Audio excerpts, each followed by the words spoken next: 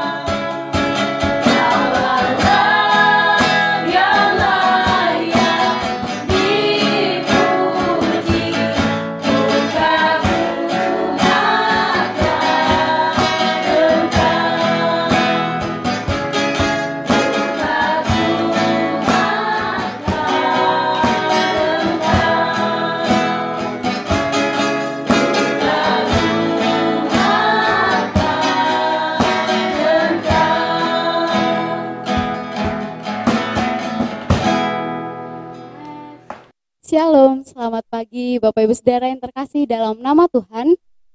Jumpa lagi dalam Rema, Renungan Mahasiswa Sekolah Tinggi Teologia Baptis Indonesia. Kita bersyukur pada kesempatan hari ini kita masih diberikan kesempatan untuk kita sama-sama belajar dari kebenaran firman Tuhan. Biarlah kita tidak pernah bosan ataupun jemu-jemu untuk terus belajar kebenaran firman Tuhan. Sebelum kita akan sama-sama belajar, saya mengajak Bapak Ibu Saudara di rumah untuk kita bersatu di dalam doa. Terima kasih Bapa, terima kasih Yesus atas berkat kasih-Mu yang Kau berikan bagi kami Tuhan. Di pagi hari ini Bapa, kami siap mendengarkan firman-Mu. Biarlah Tuhan yang memberkati kami agar kami dapat mengerti dan memahami setiap firman yang kami dengar ya Bapa. Dan biarlah firman yang kami dengar Bapa, tidak hanya kami dengar, tetapi boleh tertanam di dalam hati kami, dan kami boleh melakukannya di dalam setiap kehidupan kami ya Bapa.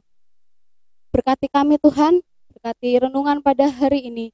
Biarlah nama Tuhan saja yang kami permuliakan di dalam setiap kehidupan kami. Dalam nama Tuhan Yesus Kristus, kami berdoa dan mengucap syukur. Haleluya. Amin. Kita sudah seminggu lalu atau beberapa bulan lalu, kita sudah sering mengikuti renungan-renungan dari teman-teman saya yang lainnya. Bahkan banyak renungan-renungan firman Tuhan yang sudah mereka sampaikan.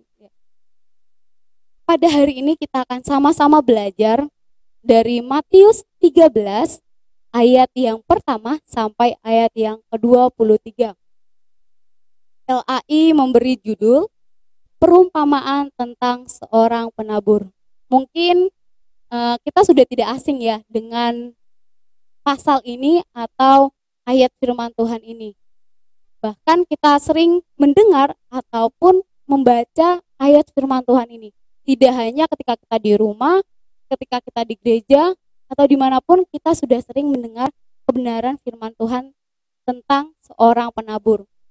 Nah, kita tahu Tuhan sudah memulai banyak pelayanannya, dari Dia mengajar, menyembuhkan banyak sakit penyakit, bahkan melakukan banyak mujizat. Dan ketika Yesus mengajar, Yesus juga memberikan beberapa perumpamaan ketika Dia mengajar orang-orang banyak. Terutama perumpamaan yang dipakai Tuhan Yesus hari ini ialah seorang penabur. Seorang penabur, atau bisa saja kita sebut seperti seorang petani, ya. Seorang petani yang dimana memang aktivitasnya selalu bertani, ya. Nah, mengapa sih Tuhan Yesus kok memakai perumpamaan tentang seorang penabur? Pada pagi hari ini kita akan sama-sama belajar. Saya sendiri memberi tema sikap hati terhadap firman Tuhan. Ketika kita mendengarkan firman Tuhan, sikap hati seperti apa sih yang kita miliki ketika kita mendengarnya, ketika kita menerimanya, atau ketika kita membaca firman Tuhan? Sikap hati seperti apa yang kita miliki ketika kita menerima kebenaran firman Tuhan? Di sini ada 4 contoh, ada 4 contoh yang Tuhan berikan, di dalam ayat ini. Di mana seorang penabur itu bisa kita ibaratkan seperti seorang yang menyampaikan kebenaran firman Tuhan, dan benih yang jatuh atau benih yang akan ditabur itu kita ibaratkan seperti firman Tuhan yang disampaikan. Ayat yang keempat di situ dikatakan, pada waktu ia menabur, sebagian benih itu jatuh di pinggir jalan. Lalu datanglah burung dan memakainya sampai habis. Di sini kita artikan bahwa ketika kita mendengarkan firman Tuhan, seringkali kita mendengarkan firman Tuhan itu hanya mendengar, tetapi tidak tertanam di dalam hati kita firman Tuhan tersebut. Atau bahkan ketika kita mendengarkan firman Tuhan, kita sering mengeraskan hati kita ketika firman Tuhan itu seperti mengena kepada kita. Kita sering berpikir, oh firman Tuhan itu mau menjatuhkan aku. Oh firman Tuhan itu sengaja buat aku. Ketika kita mendengar firman Tuhan atau membaca firman Tuhan itu, kita langsung memiliki persepsi atau pandangan seperti itu kepada firman Tuhan itu. Sehingga firman Tuhan yang kita terima, firman Tuhan yang kita dengar tidak bertumbuh di dalam hati kita, tidak melekat di dalam hati kita sehingga kita tidak bertumbuh. Itu yang pertama. Lalu yang kedua, di ayat yang ke-5 dan ke-6, sebagian jatuh di tanah yang batu-batu, yang tidak banyak tanahnya. Lalu benih itu pun segera tumbuh, karena tanahnya tipis. Tetapi sesudah matahari terbit, layulah ia dan menjadi kering karena tidak berakar. Nah, di mana kita tahu ketika kita menanam pasti kita mencari tempat yang baik, ya, mencari tempat yang bagus agar tanaman kita itu bisa bertumbuh, bisa berbuah dan menghasilkan banyak buah, gitu ya. Nah, di sini ini menggambarkan ketika kita mendengarkan firman Tuhan, ketika kita akan menerima firman Tuhan, antusias kita itu semangat, gitu ya. Semangat kita itu sangat berkobar-kobar, gitu ya, ketika kita akan mendengarkan firman Tuhan. Tetapi kita hanya sesaat, semangat kita itu hanya sesaat. Ketika kita menerima masalah, kita menghadapi satu cobaan, firman Tuhan yang pernah kita dengar atau firman Tuhan yang pernah kita baca, yang pernah kita renungkan, kita lupa akan setiap firman Tuhan yang sudah pernah kita dengar atau yang pernah kita renungkan di dalam diri kita. Ketika masalah itu datang, kita melupakannya, kita langsung down, gitu ya. Kita langsung down, kita merasa goyah, kita langsung merasa goyah, seolah-olah kayak kita itu gak punya pengharapan. Nah, seperti itu benih yang jatuh di berbatu-batuan ini. Tanahnya tipis, dia hanya tumbuh sebentar, habis itu layu. Tumbuh sebentar, habis itu layu. Seperti itu kita juga. Ketika kita mendengarkan firman Tuhan, kita semangat di awalnya untuk mendengarkan firman Tuhan itu. Tetapi ketika kita menerima masalah, mendapatkan cobaan, kita langsung goyah, kita langsung berputus asa, kita langsung gak tahu berbuat apa-apa, dan firman Tuhan yang sudah sering kita dengar, sering kita renungkan, kita lupa. Karena masalah yang kita hadapi, cobaan yang kita hadapi. Lalu yang ketiga, di ayat yang ke-7, sebagian lagi jatuh di semak duri, lalu makin besarlah semak itu dan menghimpit sampai mati. Mendengarkan firman Tuhan, tetapi dia masih memiliki kecintaan kepada dunia. Dia masih hidup dengan apa yang dunia sediakan kepadanya, dengan apa yang dunia tawarkan kepadanya.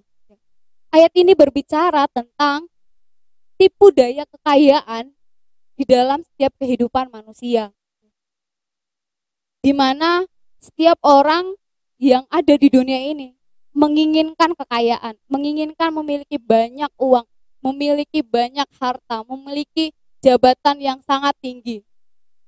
Mereka bahkan berlomba-lomba untuk mendapatkan semuanya itu, tetapi tidak berlomba-lomba untuk merenungkan firman Tuhan di dalam dirinya.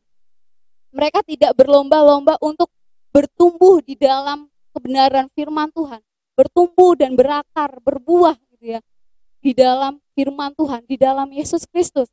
Tetapi mereka malah berlomba-lomba kepada apa yang ada di duniawi. Seringkali orang-orang yang seperti ini, orang-orang seperti ini mengabaikan, ya, ketika mereka sangat cinta dengan dunia ini, apalagi ketika mereka diberikan tawaran yang begitu banyak, bisa-bisa mereka lupa tidak beribadah, lupa dengan yang mereka miliki, siapa sih pemberinya, sehingga mereka bisa menerima semuanya itu. Mereka bahkan mendengarkan firman Tuhan mungkin, ya, hanya sekali dalam setahun atau sekali dalam sebulan, karena mereka sibuk dengan hal-hal yang ada di dunia ini. Mereka sibuk dengan hal-hal yang mereka butuhkan selama mereka ada di dunia ini, yang mereka inginkan selama secara manusiawi. Itu yang sering kali mereka yang seringkali setiap manusia kita gitu ya, kita miliki. Kita melupakan siapa yang sudah memberikan semuanya itu. Bahkan kita mengabaikan firman Tuhan yang pernah kita dengar demi mencari, demi memuaskan hal-hal keinginan daging kita, hal-hal yang ada di dunia ini. Lalu yang keempat, benih yang jatuh di tengah, benih yang jatuh di tanah yang baik. Di ayat yang ke-8 di situ berkata, dan sebagian jatuh di tanah yang baik lalu berbuah, ada yang 100 kali lipat, ada yang 60 kali lipat, ada yang 30 kali lipat. Nah, di sini dikatakan di mana orang-orang yang mendengarkan firman Tuhan, dia menerima dengan benar. Dia merenungkan firman Tuhan itu di dalam setiap kehidupannya.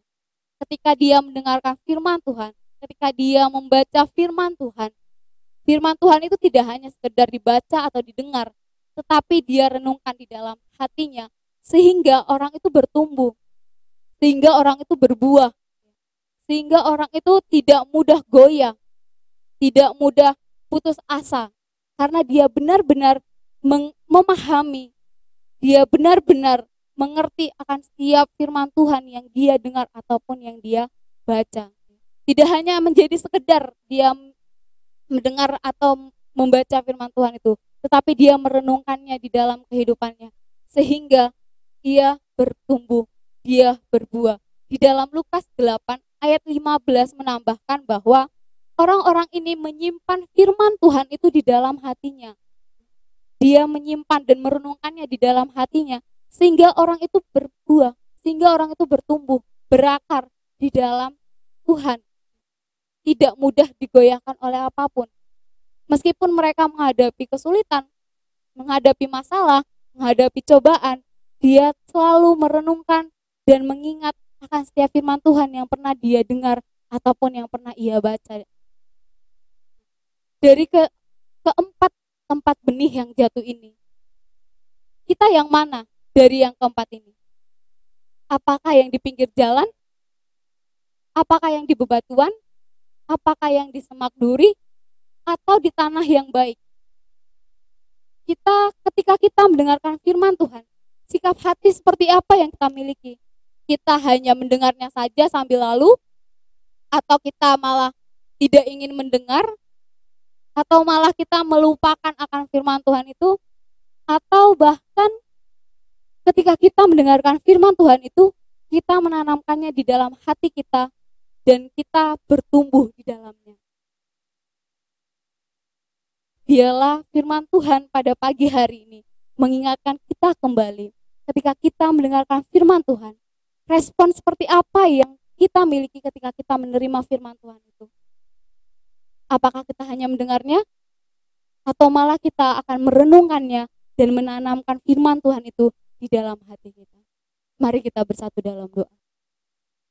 Terima kasih Bapa, terima kasih Yesus buat firman-Mu pada pagi hari ini. Biarlah Tuhan yang senantiasa mengurapi setiap kehidupan kami, agar kami semakin hari semakin berpegang teguh kepada kebenaran firman-Mu ya Bapa. Kami mengakhiri renungan kami pada pagi hari ini. Kami berdoa dan mengucap syukur. Haleluya. Amin.